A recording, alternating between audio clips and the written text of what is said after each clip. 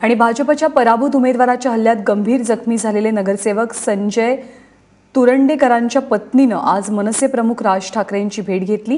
काल मुंबईच्या कलिना भागातील मनसेचे विजयी उमेदवार संजय तुरंडेंवरती भाजपच्या सुधीर खातूंसह कार्यकर्त्यांनी प्राणघातक हल्ला केला।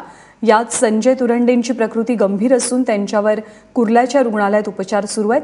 त्यानंतर आज त्यांच्या पत्नीनं राज ठाकरेंचीही भेट घेतली।